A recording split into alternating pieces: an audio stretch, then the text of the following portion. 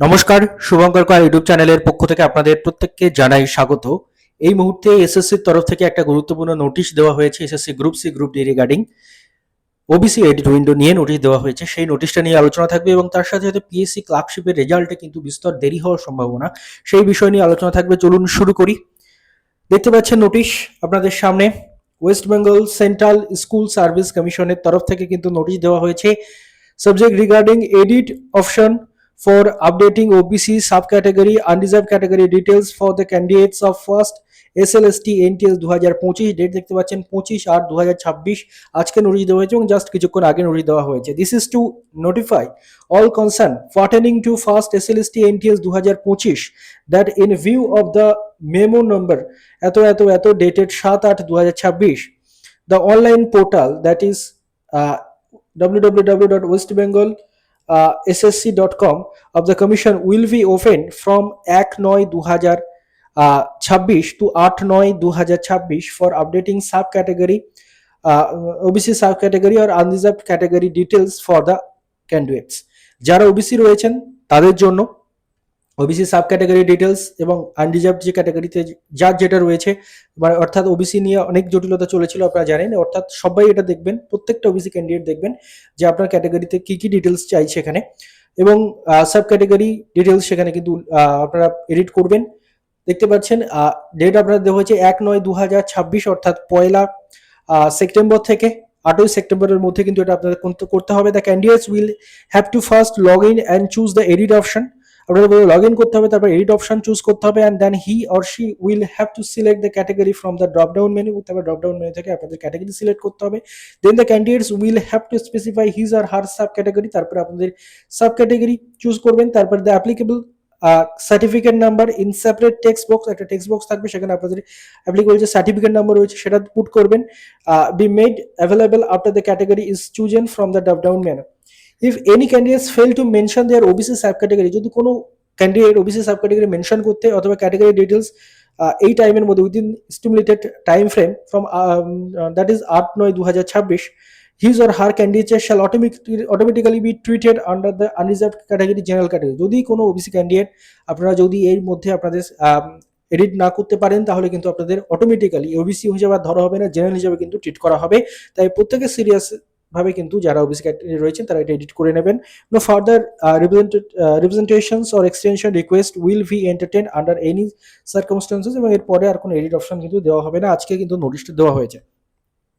তো প্রত্যেকে যাদের ওবিসি সংক্রান্ত ইস্যু রয়েছে তারা প্রত্যেকে, অর্থাৎ আমি বলবো প্রত্যেক ওবিসি ক্যান্ডিডেটকে এটা করতে, প্রত্যেক ওবিসি ক্যান্ডিডেট সেটা আপনারা চেক করে নেবেন। আপনাদের লগ ইন করে আপনারা কিন্তু অবশ্যই এটা চেক করে দিতে ভুলবেন না। এবারে আরেকটা জিনিস যেটা নিয়ে বলার দরকার, অতি বেশি মাত্রায় বলা দরকার, SSC group C group D এর রেজাল্ট সেটা যে পুজোর আগে দেবে কিনা সেটা নিয়ে এখনো পর্যন্ত কিন্তু সন্দেহ রয়েছে আমার, কারণ এখনো পর্যন্ত এডিট ইত্যাদি হচ্ছে।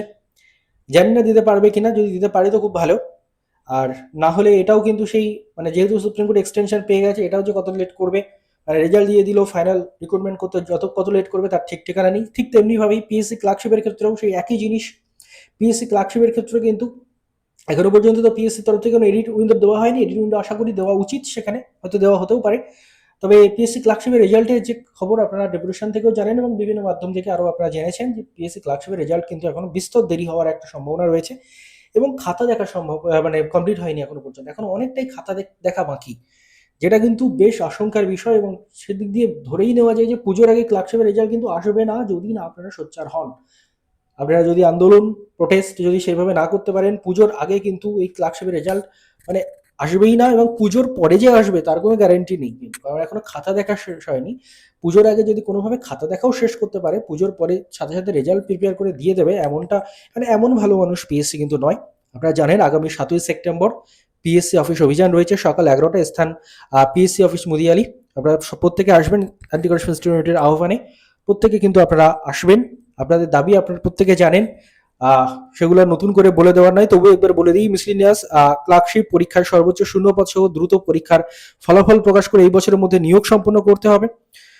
সমস্ত indicative notification, WBCS clerkships, audit accounts থেকে শুরু করে যা যা রয়েছে, IDO, MVI, assistant masters, live stocks থেকে শুরু করে অ্যাসিস্ট্যান্ট ইঞ্জিনিয়ার, সিভিল ইঞ্জিনিয়ার থেকে শুরু করে স্টেনোগ্রাফার থেকে শুরু করে সমস্ত টেকনিক্যাল, নন টেকনিক্যাল যা নোটিফিকেশন সব কিন্তু পাবলিশ করতে হবে।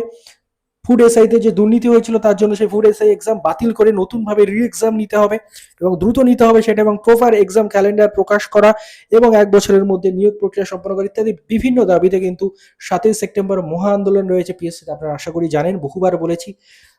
যদি নিজের ভবিষ্যৎ সুরক্ষিত করতে চান অবশ্যই আসুন। এখানে কোনো সরকারের পক্ষে বা বিরোধীতে, সরকারের বিরুদ্ধে কোনো আন্দোলন নয়, নিজেদের দাবিটা সোচ্চারভাবে তুলে ধরার আন্দোলন, নিজেদের দাবিটা বলার আন্দোলন। এখানে কোনো রকম কোনো ভয় না পেয়ে প্রত্যেকে কিন্তু এগিয়ে আসুন এবং নিজে আসুন, নিজের আরও সঙ্গে আরও লোকজন, যাদের আপনার বন্ধু বান্ধব থেকে শুরু করে সবাইকে নিয়ে আসুন, বিশাল জমায়েত করুন, তাহলেই কিন্তু আপনারা এই রেজাল্টগুলো দ্রুত দেখতে পারেন। ফার্স্ট পিএসসি হচ্ছে, তারপরে ভবিষ্যতে এসএসসিতেও আন্দোলন, আপনারা যদি সেভাবে এগিয়ে আসেন SSC group C group D নিয়ে, সেটা তো সেই রিগার্ডিংও প্রচেষ্টা করা হতে পারে, কিন্তু তার আগে অবশ্যই পিএসসি রেজাল্টগুলো আগে যাতে সবচেয়ে আগে আসে সেটার চেষ্টা হবে। তারপরে সেখান থেকে জোটবদ্ধ হয়ে আরও অন্য যে বোর্ডগুলো রয়েছে সেগুলো কিন্তু চেষ্টা করা হবে। তো প্রত্যেকে আসবেন। ধন্যবাদ আপনাদের সবাইকে ভিডিওটি মন দিয়ে দেখার জন্য।